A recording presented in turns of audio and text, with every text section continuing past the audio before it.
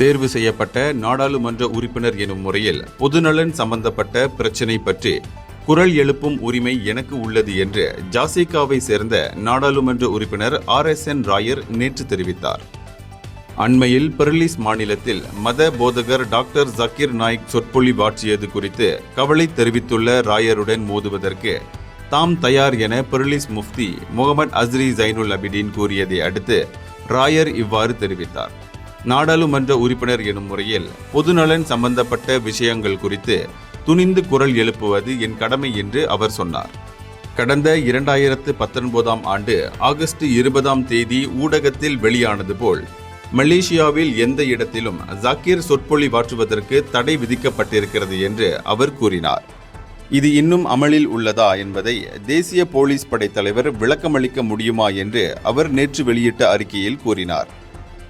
இந்த நாட்டில் சொற்பொழிவாற்ற தடை விதிக்கப்பட்ட ஜக்கீர் மீண்டும் மக்கள் முன்னிலையில் தோன்றியது குறித்து பிப்ரவரி 5 ராயர் கேள்வி எழுப்பி இருந்தார்.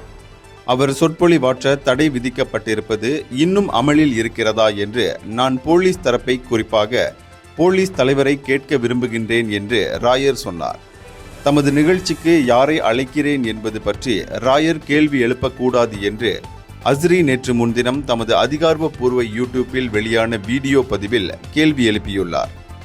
நெற்றியில் விபூதி பூசிக்கொள்ளும் ஜாசிகா நாடாளுமன்ற உறுப்பினரான ராயர் பற்றி நான் கேள்வி எழுப்ப முடியாது.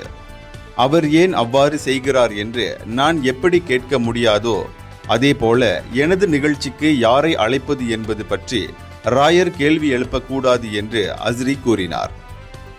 இது பற்றி கருத்துரைத்த ராயர், நான் அஸ்ரியை மதிக்கிறேன். நிருபர்கள் கூட்டத்தில் பேசிய போது நான் அஸ்ரி பெயரை குறிப்பிடவில்லை என்று கூறினார். என் நெற்றியில் விபூதி இட்டுக் கொள்வது குறித்து அஸ்ரி அறிக்கை வெளியிட தேவையில்லை என்று ஜெலுத்தோங் நாடாளுமன்ற உறுப்பினருமான ராயர் தெரிவித்தார். இந்தியர்களின் இதய குரல் மக்களோசை.